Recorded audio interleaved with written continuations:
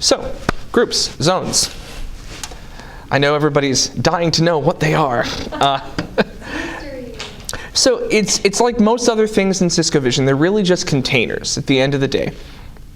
A group is a container of locations, and a zone is a container of groups.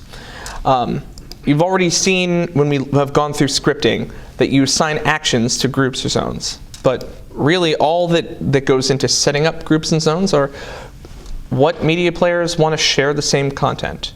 So you can have a group as small as one player. You can have a group as large as every player in your facility.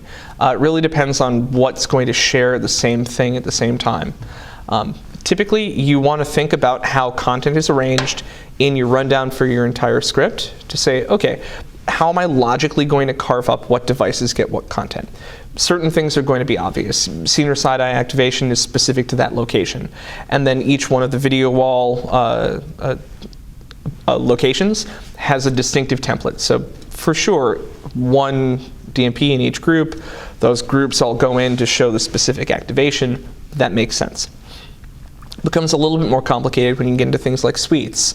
Do you want to have every A1 position suite in a line all in the same group because they're going to get the same content? Do you want to make each individual suite its own group? These are just operational and logistic questions about the way that your content is sold and the way that you're crafting your experience, because it can be carved up any number of different ways.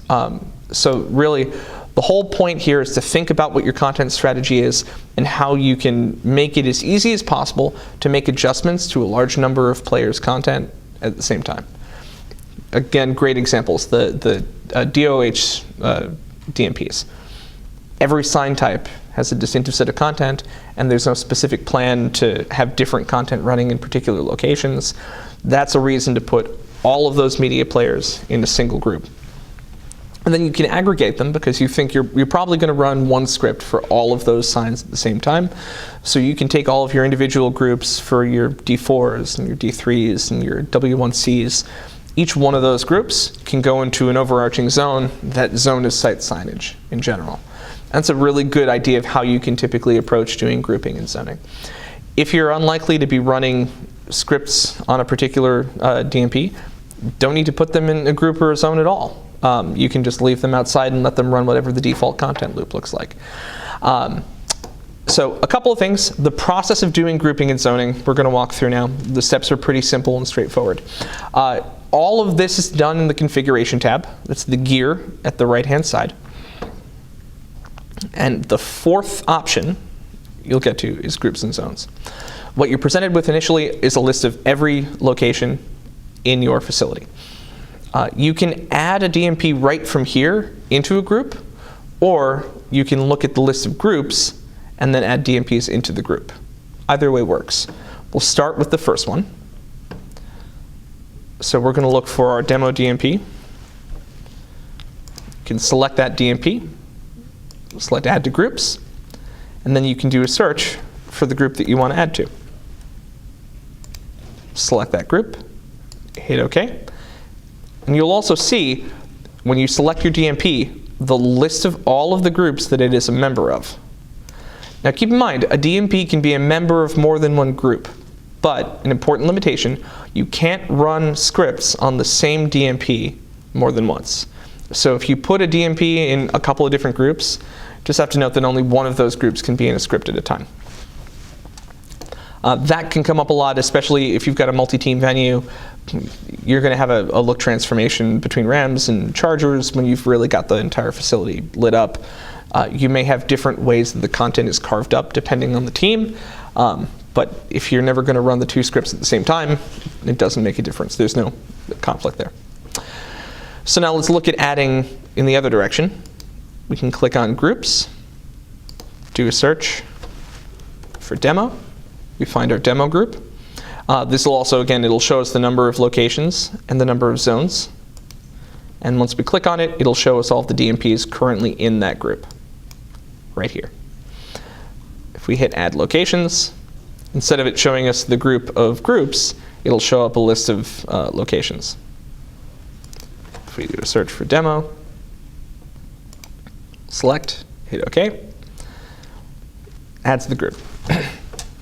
Now, a group by itself can't have an action assigned because, as we talked about before, when you add media players to a script, you add it through the zone, not through the group. So in order to make sure that that group is accessible to us in the script, we want to look at the second tab, which is the group and zone mapping. It starts by showing a list of all of our groups. And if I click on any one, it'll show us the zones that they're currently in. And we can add it to a zone the same way we added a DMP to a group, just by hitting the Add to Zones button and then searching for the zone we want to add. And again, we can do it in the reverse as well. We can look up the zone, do a search. It'll show us all of the groups in that zone. Hit Add to Group. Search for the group you want to add to the zone, and it's in. And so that's really the entire process. That's how you physically add media players into groups, how you add groups into zones, and how you make that function physically linked. The harder part, and this is really just trying to impart good best practices. Actually building those groups and zones should have everything to do with what your content plan is looking like. So the focus is, what is the presentation going to be? How do I make it so that my operators who are going to be modifying playlists and changing scripts have to make the fewest changes possible in order to make those changes work efficiently? And that's really what the carving looks like. The other thing that's really useful, and this ties into the next step of our conversation, groups and zones also tie into your ability to grab thumbnails off of active players in your facility. So the only way to do that is for a player to be in a group in a zone. And so this brings us to our next tab. Before we move on, any questions about groups and zones? Is it generally a good practice to always have a group backed up by a zone? You have to put a group into a zone to do anything with it. So Yeah. That's what I've been doing. Yeah. If I create a group, I just want to create a zone. Yep. So it should be one of two things. If you're creating a group that seems like it would logically be associated with another zone, add it to the pre-existing zone.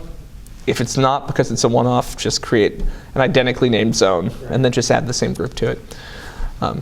Yeah. If you could assign a script action directly to a group, it wouldn't be necessary. But because you can't, yeah, that's definitely the best practice. You got it. There are only 2 boxes in Cisco Vision.